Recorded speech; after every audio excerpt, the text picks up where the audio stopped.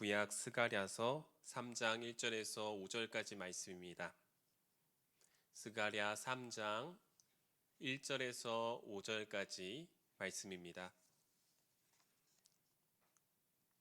스가랴 3장 1절에서 5절 말씀, 우리 5절밖에 안 되니까 한 목소리로 합독하도록 하겠습니다.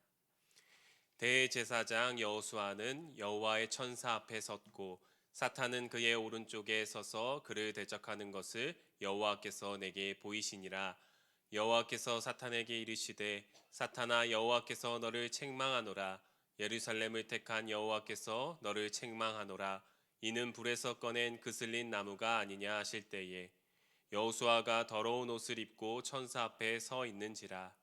여호와께서 자기 앞에 선 자들에게 명령하사 그 더러운 옷을 벗기라 하시고 또 여호수아에게 이르시되 내가 내 죄악을 제거하여 버렸으니 내게 아름다운 옷을 입히리라 하시기로 내가 말하되 정결한 관을 그의 머리에 씌우소서 하매 곧 정결한 관을 그 머리에 씌우며 옷을 입히고 여호와의 천사는 곁에 섰더라. 아멘.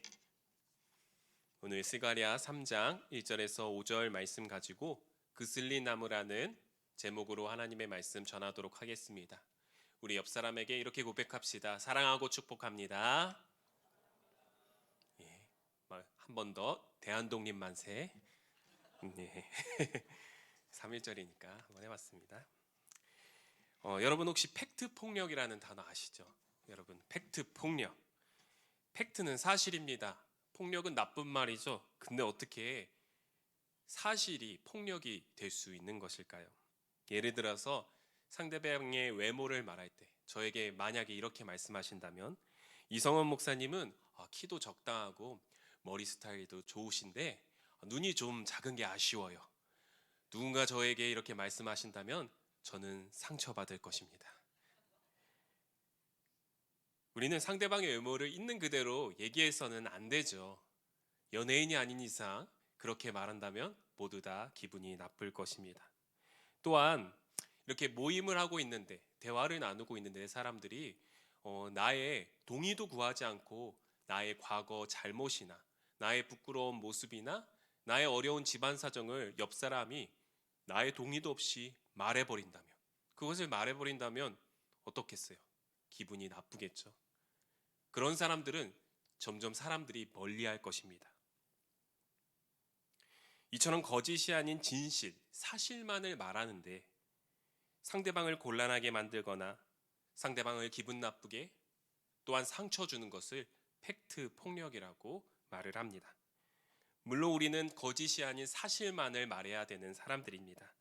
그러나 사람과의 관계에 있어서 상대방의 입장을 고려하지 않고 또한 사실이 있는 그대로 다 말한다는 것은 언어 폭력이 될 수 있다는 것이죠. 사실만을 말하는데 그것이 왜 문제가 될까요? 왜냐하면 그 말에는 사랑과 배려가 결여되어 있기 때문입니다. 오늘 우리가 읽은 스가랴 말씀 가운데는 이러한 팩트 폭력의 상황이 진행되고 있습니다. 우리 한번 스가랴 3장 1절 말씀 우리 함께 읽어보도록 하겠습니다. 대제사장 여호수아는 여호와의 천사 앞에 섰고 사탄은 그의 오른쪽에 서서 그를 대적하는 것을 여호와께서 내게 보이시니라. 아멘. 오늘 우리가 읽은 스가랴 3장에는 세 명의 인물이 등장합니다. 그 세 명은 당시 이스라엘의 대제사장 여호수아, 그리고 여호와의 천사, 그리고 오른쪽에서 여호수아를 대적하고 있는 사탄이죠. 엄밀하게 말하면 이제 하나님까지 4명의 등장인물이 등장하고 있다고 말할 수 있습니다. 스가랴 선지자는 이 마치 재판장의 재판을 가리키는 그러한 묘사하는 환상을 보고 있는데요. 여기서 죄를 고발하는 그 검사가 죄를 고발하죠. 고발하는 검사 역은 사탄이고 피의자는 여호수아, 천사는 들러리 역할을 하는 것 같아요. 판사는 당연히 하나님이시겠죠. 여호수아는 우리 여호수아에서 본 여리고성을 무너뜨린 그 여호수아가 아니라 이제 바벨론 포로 귀환 공동체의 대제사장이었던 여호수아를 가리킵니다. 그런데 여기서 사탄은 왜 여호수아를 대적하고 고발하고 있을까요? 본문에서는 사탄이 무엇을 대적하고 있는지 그 죄명과 이유에 대해서는 명확하게 나타나 있지 않습니다. 그러나 우리는 3절 말씀을 통해 그 힌트를 조금 알 수 있을 것 같아요. 사탄이 여호수아에 무엇을 꼬집고 있는지 우리가 조금은 알 수 있을 것 같습니다. 우리 한번 스가랴 3장 3절 한번 말씀 다 같이 읽어보도록 하겠습니다. 여호수아가 더러운 옷을 입고 천사 앞에 서 있는지라. 여호수아는 더러운 옷을 입고 있었습니다. 이 스가랴의 환상 속에서 여호수아는 이스라엘을 가리킵니다. 이스라엘의 외면적, 내면적, 영적 상태를 나타내고 있는 것이죠. 더러운 옷이라 함은 그들의 내면적, 외적, 영적 상태가 지금 형편이 없었다는 것을 가리킵니다.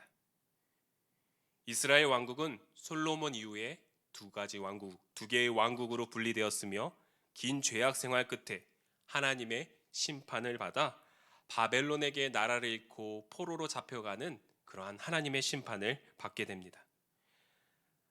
하지만 바벨론이 멸망하고 하나님의 놀라운 역사로 바사왕 고레스를 통하여 하나님께서는 그들을 다시 예루살렘으로 돌아오게 만드는 포로 귀환 공동체를 만들어 주셨어요. 게다가 성전을 재건할 수 있도록 허락하셨죠. 70년 포로 생활 끝에 드디어 이스라엘 백성들은 잔뜩 부푼 마음으로 이스라엘로 예루살렘으로 돌아왔을 것입니다. 예루살렘으로 돌아오기만 한다면 다윗 때처럼 솔로몬 왕 때처럼 군사적, 경제적, 정치적 모든 하나님의 영광이 마음껏 누릴 수 있고 임할 줄 알고 회복될 줄 알았습니다. 그러나 그들에게 찾아온 것은 무엇이었죠? 지독한 가난, 또한 사마리아인들, 주변 민족들의 방해 공작이었다고 하는 것입니다. 결국 여러 가지 방해 요소 때문에 성전 재건은요 16년 동안 긴 세월 동안 중단되게 됩니다. 짧지 않은 그 시간 동안 이스라엘은 파괴된 예루살렘 성에서 계속되는 가난과 질병과 주변 이방인들의 비아냥 속에서 조롱과 질타 속에서 살아갈 수밖에 없었습니다. 이러한 상황 가운데 그들의 마음을 짓누르는 것은 하나님을 향한 실망감, 실패에 대한 좌절감, 또 조상들이 지었던 죄에 대한 죄책감, 이 고난과 역경이 앞으로도 계속될 것이라는 불안감과 무기력감에 빠져 있었다고 하는 것입니다. 여호수아의 더러운 옷은 이러한 이스라엘의 절망적인 모습을 나타내고 있습니다. 사탄은 이러한 이스라엘의 모습을 하나하나 꼬집어 고발하고 있는 것이죠. 하나님, 저들은 더럽습니다.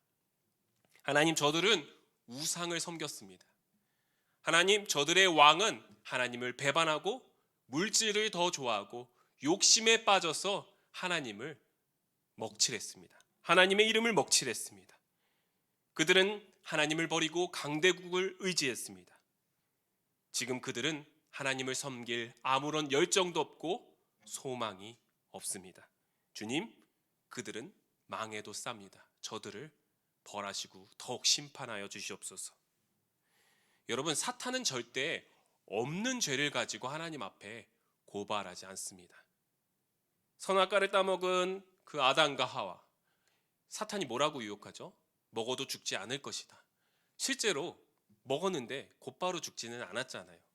사탄은 이처럼 없는 사실을 지어내서 우리를 죄를 짓도록 만들고 그것을 하나님께 고발하지 않는다는 것입니다. 이스라엘은 죄인이었습니다. 이스라엘은 하나님을 너무나도 많이 배반했어요. 그들에게는 이제 아무런 동력도 없었습니다. 의욕도 없었습니다. 열정도 없었습니다. 사탄은 그것을 그대로, 사실 있는 그대로 하나님께 고발하고 있었다는 것이죠. 그러나 성경은 사탄을 거짓의 아비라고 말합니다. 거짓의 아비. 왜죠? 사실은 사실이지만 사탄은 우리를 하나님께 용서받지 못할 자, 사탄은 우리를 하나님께 사랑받지 못할 자, 사탄은 우리를 하나님께 구원받지 못할 자라고 말하고 있기 때문입니다. 사탄의 고발은 사실이지만 우리를 향한 하나님의 자비하심과 은혜와 사랑을 제안하고 있는 말이라는 것이에요. 그렇기 때문에 성경은 사탄을 거짓의 아비라고 말하고 있는 것입니다. 하나님께서는 이러한 사탄에게 이렇게 말씀하십니다. 오늘 스가랴 3장 2절 말씀 우리 함께 읽어보도록 할까요?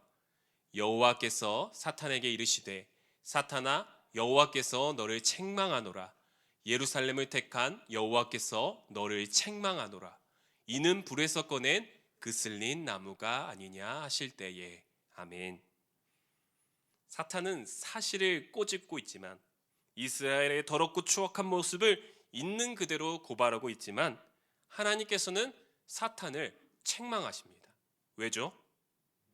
하나님께서는 더러운 이스라엘을 용서받지 못할 자라고 말씀하시지 않기 때문입니다. 하나님께서는 더러운 이스라엘을 보고 구원받지 못할 자, 사랑받지 못할 자라고 말씀하신 적이 없기 때문입니다. 하나님께서는 죄인인 우리를 사랑받지 못할 자라고 말씀하시는 무자비한 하나님이 아니시라는 것이에요.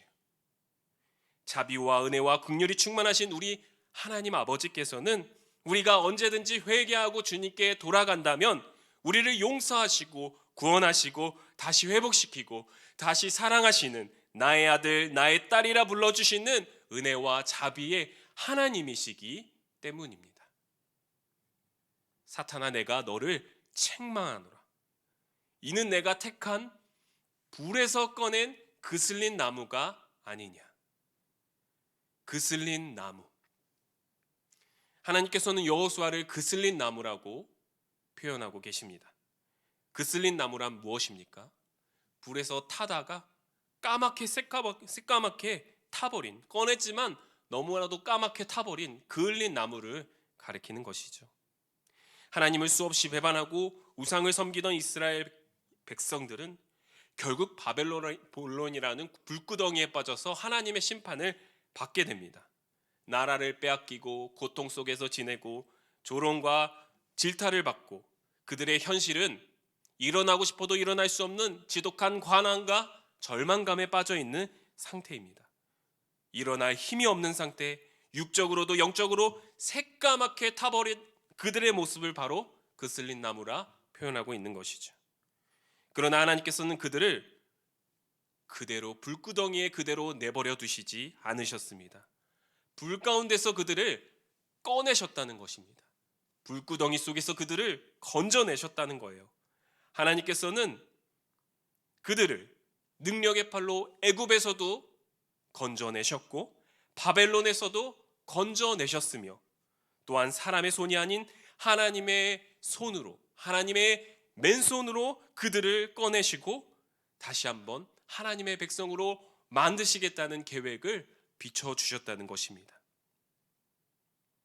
사탄도 이방인도 사마리아인도 천사도 그 누구도 이 하나님의 놀라운 구원의 역사, 하나님의 은혜의 역사를 부정할 수 없다는 하나님의 마음이 이 그슬린 나무라는 단어에 표현되어 있다는 것이죠. 그렇다면 본문에 나타난 이 사탄이라는 존재를 우리가 한번 살펴볼 필요가 있습니다. 성경학자들 사이에 이 사탄이라는 존재를 몇 가지 의견을 내고 있습니다. 첫 번째는요, 우리가 잘 알고 있는 악한 영적 존재 사탄, 마귀를 말하는 것이다. 여기서 나오는 사탄은 그 최초의 아담과 하와를 유혹했으며 지금도 우리에게 영적인 유혹을 계속해서 주고 있는 그러한 마귀와 사탄을 말하는 것이다 라는 것이죠. 두 번째는요, 검사장 역할을 맡은 또 다른 천사를 말하는 것이다. 여기서 이 사탄이라는 단어가 사실 대적하는 자, 반대하는 자라는 히브리어 뜻이 있거든요. 반대자라는 뜻도 있기 때문에 여호수아를 고발하는 검사장 역할을 맡은 천사다라고 말하는 의견도 있습니다. 세 번째는요, 현재 이스라엘을 괴롭히고 있는 원수들을 가리키는 것이다. 사탄이라는 뜻은 원수라는 뜻이기도 합니다. 지금 이스라엘을 괴롭히고 있는 사마리아인들, 이스라엘을 대적하고 있는 주변 민족들이라고 하는 것이죠. 성경학자들은 이렇게 여러 가지 의견을 내놓고 있는데 왜 이렇게 쓸데없는 논쟁을 할까 생각할 수도 있지만 우리는 이것을 통해 이 사탄이라는 단어가 1차적으로 우리에게 악한 마음과 생각을 주는 악한 영, 사탄, 그 마귀를 생각할 수도 있고요. 2차적으로는요. 그들의 유혹과 통솔로 사탄이 그 사마리아인들과 유다의 대적들을 유혹함으로써 이스라엘 백성들을 대적하는 이 사마리아인들을 가리킬 수 있다는 것입니다. 또한 더 나아가 3차적으로 그들을 괴롭히는, 이스라엘 괴롭히는 지독한 가난과 또한 그들에게 실패감을 안겨주는 모든 과거의 죄책감과 이 상황들이 바로 사탄의 대적이라고 말할 수 있다는 것이에요. 스가랴서에 나타난 이스라엘 백성과 같이 오늘날 우리 그리스도인에게도 이러한 사탄의 대적들이 항상 쫓아오고 있는 것 같습니다.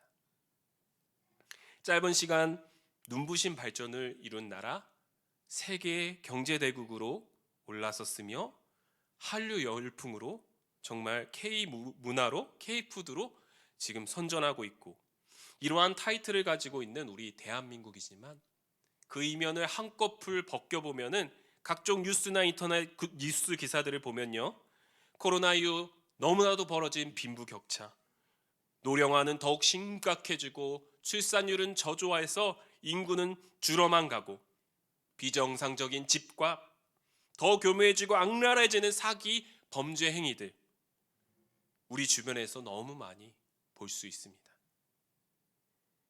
이럴 때 우리 머릿속에 떠오르는 생각이 무엇입니까? 대한민국에는 미래가 없다. 헬조선이라는 단어도 나오죠. 대한민국엔 미래가 없다. 나라뿐만 아닙니다. 코로나 이후 한국교회는 어떻습니까?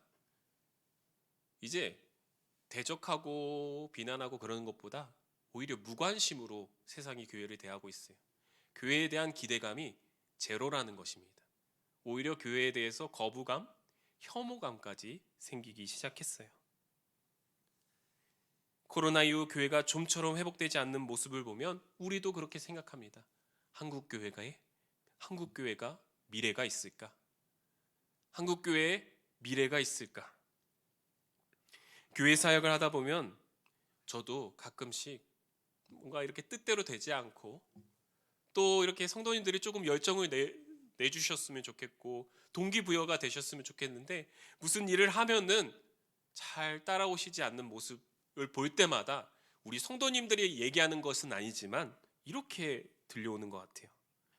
어차피 안 될 거예요. 요즘 같은 시대에 그건 무리예요. 애써봤자 소용없습니다.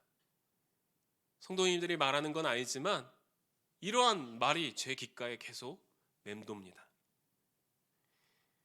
일이 잘 안 풀릴 때, 내 사역이 내 뜻처럼, 내 마음처럼 되지 않을 때 이러한 사탄의 대적들이 저에게 다 찾아오곤 합니다.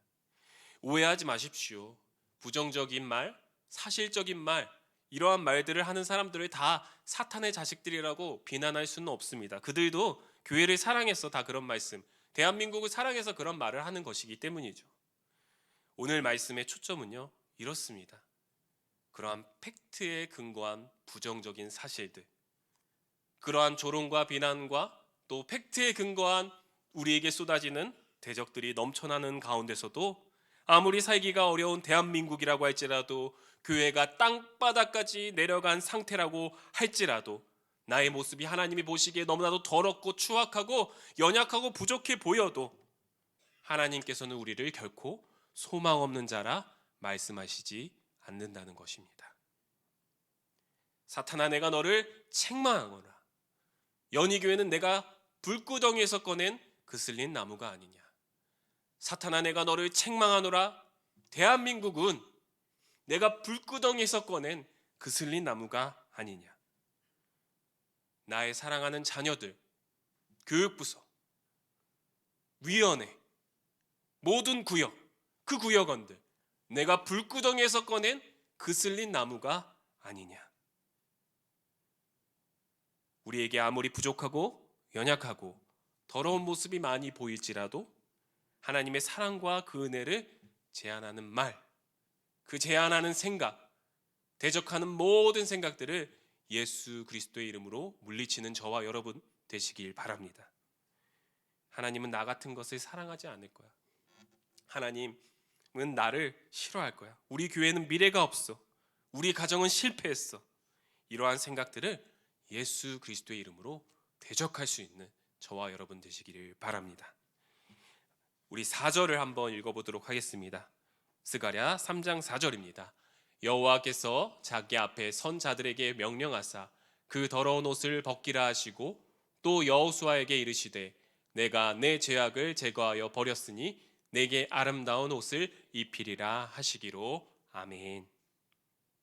하나님께서는 죄인인 우리를 국률의 마음으로 구원하셨고 더러운 옷을 깨끗한 옷으로 갈아입히시는 모습을 보고 있습니다.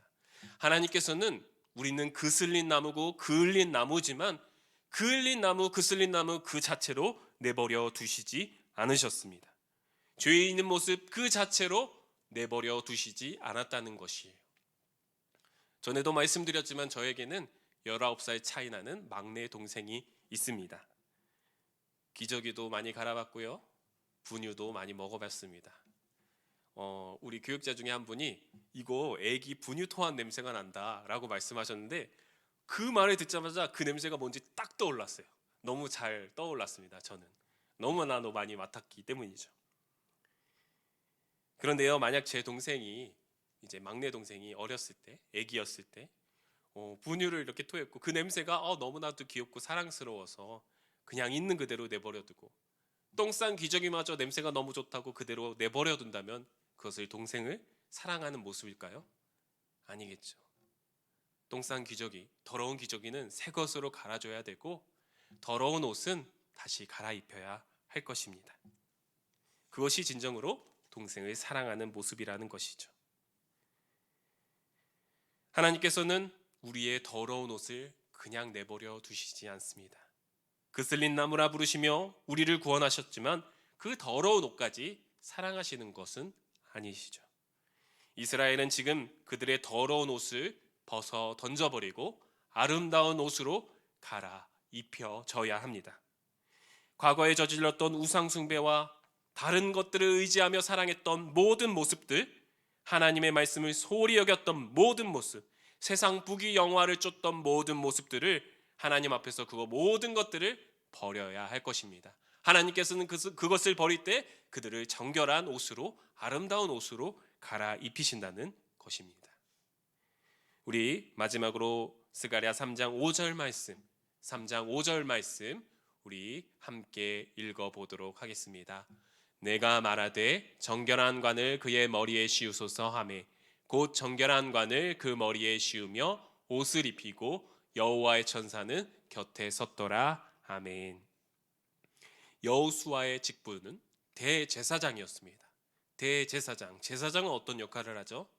백성들을 정결하게 하기 위해 가르치고 제사를 드리는 사람입니다. 정결함을 가르치는 목적이 그들의 직분에 있습니다. 그런데 제사장 중에 대표인 대제사장 여호수아는 아이러니하게도 더러운 모습이었어요. 이러한 더러운 여호수아의 모습은 하나님께서 아브라함에게 약속하신 너는 복이 될지라, 모세에게 약속하신 너는 거룩한 나라, 제사장 나라가 될 것이며 나의 거룩한 백성이 될 것이다 라는 것과 너무나도 상반된 모습이었어요. 그러나 오늘 말씀에 하나님께서 아름다운 옷을 입히시고 정결한 관을 씌우시는 환상을 통해 하나님께서는 그의 능력의 팔로, 능력의 권세로 우리를 다시 한번 제사장의 직분을 감당하는, 거룩한 사역을 감당하는 그 직분을 회복시키신다고 우리에게 약속하고 계십니다. 그러므로 온갖 안 좋은 소문, 온갖 부정적인 생각과 말들, 우리를 대적하는 사탄의 그 모든 현실과 사실 속에서도 절망을 전하는 자가 아니라 소망을 전하는 자가 되는 저와 여러분 되시기를 주님의 이름으로 간절히 소망합니다. 하나님께서는 우리에게 아름다운 옷으로 갈아입히실 것입니다. 하나님께서는 우리에게 정결한 관을 입히실 것입니다. 그리하여 우리를 거룩한 나라, 거룩한 백성으로 이 땅 가운데 사용하신다고 하는 것입니다. 말씀을 맺도록 하겠습니다. 오늘은 105년 전 3.1 운동이 있던 날입니다. 3.1 운동은 표면적으로 볼 때 그것이 바로 독립으로 이어지는 그런 것은 아니었어요. 어쩌면 실패했다고 볼 수 있는 운동일 수도 있습니다. 그러나 우리의 선조들과 그리스도인들은 하나님께서 주시는 믿음과 소망과 사랑이 있었기 때문에 한 치 앞도 보이지 않는 그 상황 속에서도 목숨을 걸고 대한독립 만세라고 외쳤습니다. 하나님께서는 대한민국을 사랑하시고 구원하시고 하나님의 거룩한 나라로 세우실 것이라는 그 믿음과 소망이 그 우리 선조들에게 있었기 때문에 3.1 운동의 열정을 통해 하나님께서는 우리나라를 불구덩이에서 건져내 주시고 거룩한 나라로 사용하고 계심을 믿습니다. 이러한 3.1 운동의 열정과 또한 하나님을 향한 우리의 사랑과 하나님을 향한 우리의 소망을 함께 전할 수 있는 저와 여러분이 되었으면 좋겠어요. 내가 불구덩이에서 꺼낸 그 슬린 나무가 아니냐, 내가 죄악 중에서 건져낸 대한민국, 우리 연희교회, 너희 가정, 우리 부서가 아니냐. 하나님의 말씀과 사랑에 귀 기울이시고 주여 우리에게 다시 한번 아름다운 옷을 입혀 주시옵소서. 주님, 우리에게 다시 한번 정결한 관을 씌워 주시옵소서. 그리하여 우리 가정을, 우리 교회를 하나님 나라 영광을 위하여 거룩하게 다시 사용하여 주시옵소서. 날마다 기도하고 선포하며 나아갈 수 있는 저와 여러분 되시기를 주님의 이름으로 간절히 소망합니다.